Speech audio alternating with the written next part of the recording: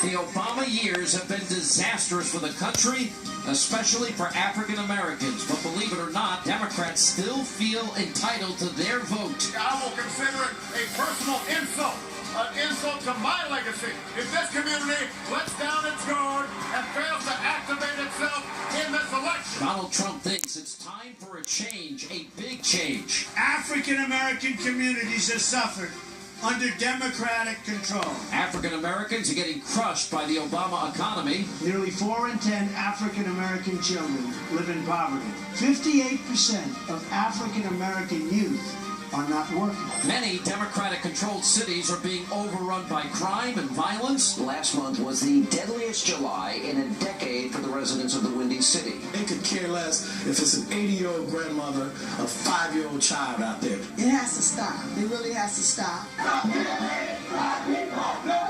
And the left is stoking racial tensions. Black Lives Matter. Vote for Donald Trump. I will fix it. And Donald Trump is the only candidate promising to bring about real change. The Democrats have taken advantage of African Americans. We will rebuild our inner cities and provide safety and peace to all of our citizens.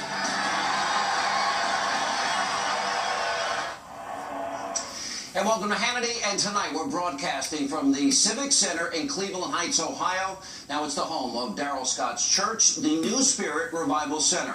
Now, Reverend Scott is the CEO for the National Diversity Coalition for Donald Trump, and he has graciously allowed us to use his facility for tonight's town hall.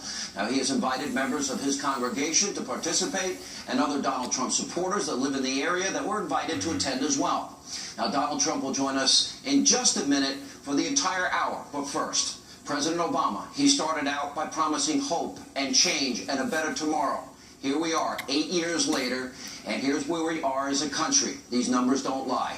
We have the lowest labor participation rate since the 1970s. Almost 95 million of our fellow Americans are out of the labor force. America has now had the worst recovery since the 1940s. The country now has the lowest home ownership rate in 51 years. There are now almost 13 million Americans, more Americans on food stamps. We have over 43 million Americans living in poverty. That's 8 million more than when Obama became president. Median household income is now lower than it was in 2007. Today in America, 1 in 5 households do not have a single family member that works. 1 in 6 American men aged 18 to 34, they're either in jail or out of work. And President Obama will be leaving office having accumulated more debt than all 43 presidents before him combined. Now, all of President's failed policies have disproportionately also impacted the black community in America. Now, since Obama took office, there has been a 58% increase in the number of African Americans on food stamps. We have seen a 20% jump in the number of African Americans who are no longer in the labor force. Now, the African American home ownership rate, that is also down. It's more than 20% lower than the national average. African American unemployment is 8.1%. The national average is 4.9%. The wage gap between African Americans and white workers is the worst in nearly 40 years. Median household income for African Americans is $20,000 less than the national average. And the African American poverty rate is 24.1%. That is over 10% higher than the national average. Now, there's also been a surge in inner city crime. In Chicago, for example, President Obama's hometown, over 3,100 people have been shot this year alone. And since Obama has been in office, 3,660 people have been murdered. And according to the Chicago Tribune, historical stats now show that 75% of those victims are African American. Then, on top of all of that, our educational system in America is especially bad in inner city America. High school graduation rates are 9% lower for African American students than the national average. And according to the most recent statistics, the high school dropout rate for African American students is also higher than the national average. Now, the results should be much better given that the U.S., get this, is now ranked 4th in the world in terms of money we spend per pupil. Now, per student, it works out to be $11,600 per student. Now, despite the high spending, America ranks 17th in reading, 19th in science, 26th in math. And by the way, we've not even talked about the disaster that is Obama and Hillary Clinton's foreign policy, Iran, Iraq, Afghanistan, Egypt, Libya, Syria, China, North Korea, Russia. Hillary Clinton wants to continue, she says, Obama's policies. Now, the country deserves better, and the African-American community deserves better. Tonight, Donald Trump joins us for the entire hour to talk about where we are and what he will help do to fix these problems if he's elected president. For most of this hour, I'll be turning things over to this audience and let them ask the GOP nominee the questions that are on their mind. We've got a lot to get to, so help me in joining and welcoming the 2016 Republican presidential nominee, Donald Trump.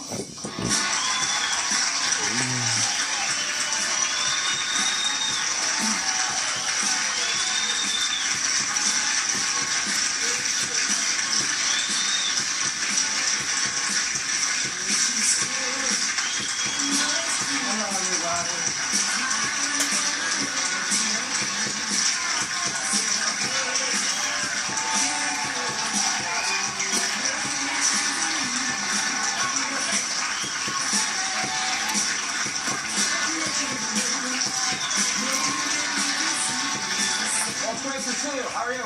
Very good, thank you. You heard all of those statistics. You cite a lot of them in your speech. Right, I do. Really bad. Bad, very bad. For the African-American community, very bad. And honestly, for the community of this country, I mean, we're not doing well. You know that. Our good jobs have been taken away. They've gone to Mexico. They've gone to all over the place, but they haven't come back to us. So we're going to make some very big changes. But disproportionately, Black Americans have suffered the most. Totally, absolutely. It's not even close. That's why I say, you know, like, I can fix it. We're going to fix it. And I always say, what do you have to lose? Some people like that, and some people don't. But it's like, and people are using that statement all over the place. Now, what do you have to lose? It's so bad. Some of the inner cities are so bad that it's, look, it's a disgrace, frankly, what's happened. When you look at these numbers, a 20% jump in the number of African Americans no longer in the workforce, 58% increase Black Americans on food stamps. This is only since Obama has been president. Home ownership rate. I go through the entire list. You have made it a point in this campaign to go to specifically to reach out to Black Americans, go to Black churches and say, give me a chance. Historically, Republicans haven't done that. Why is this so important? Well, I think maybe I'm a little different than a lot of the Republicans. I think some of the states we're leading, like I see we're doing great in Maine, we're doing great in Connecticut, we're doing great in places that normally a Republican wouldn't do as well. And some of them, I mean, really, they wouldn't do well at all. They haven't won these states in years. Colorado's been amazing. It's been, like, incredible what's gone on. Wisconsin, we're doing great. So we, you know, we're doing well in places that a lot of people wouldn't do very well. What are the specific ideas in your economic plan? I know, for example, trade is a big part of it. I know you're going to let multinational corporations bring back trillions of dollars from overseas. You've talked at length about energy independence. How does that help people that are here, people that are in cities like Detroit, cities that are deteriorating? Well, it's about jobs. Look, our jobs have been stripped. You look at Detroit, where I went with, I tell you what, we had such an amazing time with Bishop Jackson. And here we have, I'll tell you, my pastor, right? What a pastor. Darrell Scott. He's become a big television star.